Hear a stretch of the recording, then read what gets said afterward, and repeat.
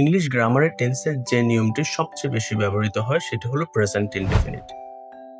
তো আজকের ভিডিওতে আমি আলোচনা করব যে কিভাবে প্রেজেন্ট ইনডেফিনিট এটাকে চিনতে হয় এবং কিভাবে প্র্যাকটিস করে একজন স্টুডেন্ট প্রেজেন্ট ইনডেফিনিটে দক্ষ হতে পারে। তো প্রথমে আসি প্রেজেন্ট ইনডেফিনিট কিভাবে চিনতে হয়। যদি কোনো সেন্টেন্সের মধ্যে তোমরা V1 দেখো তাহলে সেটাকে বুঝবা প্রেজেন্ট ইনডেফিনিট। এখন V1 বলতে আমি কি বোঝাতে চাচ্ছি, ভার্বের প্রেজেন্ট ফর্ম, বা অনেকে আমরা সেটাকে ভার্বের বেস ফর্ম হিসেবে চিনি। For example, I go to school অর্থ আমি স্কুলে যাই। তো এখানে আই এর পরে যে ভার্বটা লেখা আছে গো, এরপরে টু স্কুল লেখা আছে, তাহলে এই গো যে ভার্বটা, এই গো ভার্বটাই হচ্ছে ভার্বের বেস ফর্ম বা ভার্বের প্রেজেন্ট ফর্ম। এখন দ্বিতীয় আরেকটা বিষয় আমি বলেছিলাম যে কিভাবে একজন স্টুডেন্ট প্র্যাকটিস করে এটাতে দক্ষ হতে পারবে। আমরা এটাতে দক্ষ হওয়ার জন্য স্টেপ বাই স্টেপ কয়েকটা বিষয় ফলো করব। অর্থাৎ আমি এখন থেকে যে কথাগুলো বলবো, তোমরা যারা ক্লাস 6 থেকে শুরু করে একদম এইচএসসি পর্যন্ত বা যে কোনো লেভেলের স্টুডেন্ট, বা যারা স্পোকেন ইংলিশ শিখতে চায়, বা যারা ফ্রি হ্যান্ড রাইটিং শিখতে চায়, সবার জন্য এটা অনেক বেশি ইফেক্টিভ হবে। তো কি করব, প্রথমে আমরা ভার্ব একটু জেনে নিব। তোমরা স্ক্রিনে 5টি ভার্ব দেখতে পাচ্ছ। একটি হচ্ছে গো, একটি হচ্ছে কাম, একটি হচ্ছে ইট, একটি হচ্ছে কুক, আর একটি হচ্ছে ব্রেক। তাহলে প্রথমে আসি এই ভার্বগুলোর অর্থ কি। এই যে 5টা ভার্ব দেখতে পাচ্ছ, 5টাই হচ্ছে মেইন ভার্ব। তোমরা জানো গো অর্থ যাওয়া, কাম অর্থ আসা, ইট অর্থ খাওয়া, আর কুক অর্থ রান্না করা, এবং ব্রেক অর্থ ভাঙা।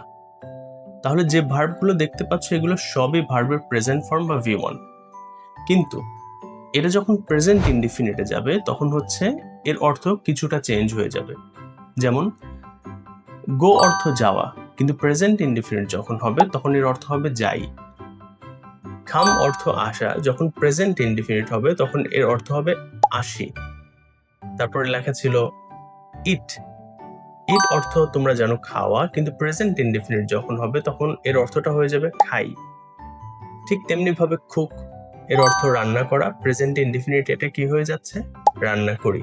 এবং লাস্টে যে ভার্বটা বলেছিলাম ব্রেক, ব্রেক অর্থ ভাঙা, কিন্তু এটা প্রেজেন্ট ইনডিফিনিটে গিয়ে কি হবে, ভাঙে।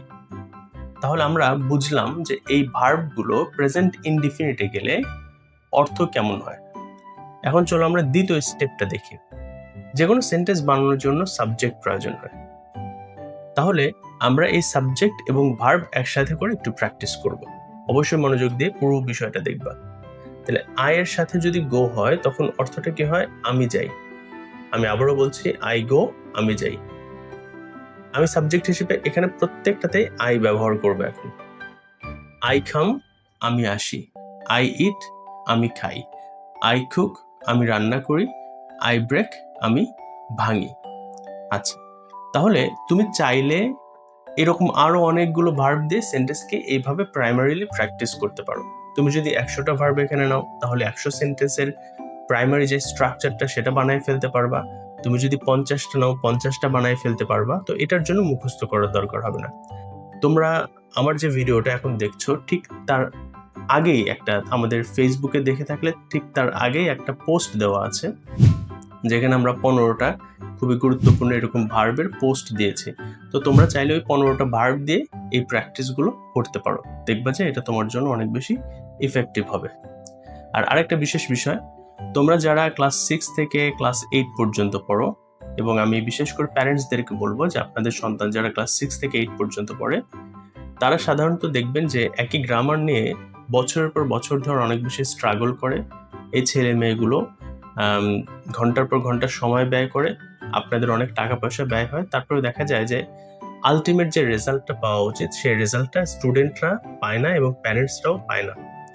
তো যার কারণে আমাদের একটা বিশেষ কোর্স এনলাইটনিং এডুকেশনের, সেটি হচ্ছে বেসিক টু অ্যাডভান্স গ্রামার, যেখানে আমরা একদম ক্লাস 6 থেকে শুরু করে এইচএসসি পর্যন্ত এবং ইউনিভার্সিটি অ্যাডমিশন টেস্টে ইংলিশগুলো কীরকম হয়, কিভাবে এটাকে খুব সহজে আনসার করতে হয়, প্রত্যেকটা বিষয় আমরা একটা কোর্সের মধ্যে দেখিয়েছি। এজন্য আপনারা যারা চাইলে আমাদের এই বেসিক টু অ্যাডভান্স গ্রামার কোর্সে আপনার সন্তানকে ভর্তি করে আপনি দেখতে পারেন যে না আপনার সন্তানকে আল্লাহ তাআলা যে মেধা দিয়েছে সেটা শুধুমাত্র এই একটা কোর্সের মাধ্যমেই 6 থেকে 7 বছরের গ্রামার শেষ করে ফেলানো সম্ভব। ভালো থাকবেন, ভিডিওটা ভালো লাগলে শেয়ার করবেন। আর তোমরা যারা আমার এই ভিডিওটা দেখলা, তোমরা হচ্ছে প্র্যাকটিস করবা। প্র্যাকটিস করলে দেখা যাবে যে ইনশাআল্লাহ তুমি আস্তে, আস্তে আরো বেটার করতে পারবা। সামনে আরেকটা ইম্পর্টেন্ট ভিডিও নিয়ে ইনশাআল্লাহ আমি আবারও হাজির হব। সে পর্যন্ত ভালো থাকবা। আসসালামু আলাইকুম ওয়া রাহমাতুল্লাহ।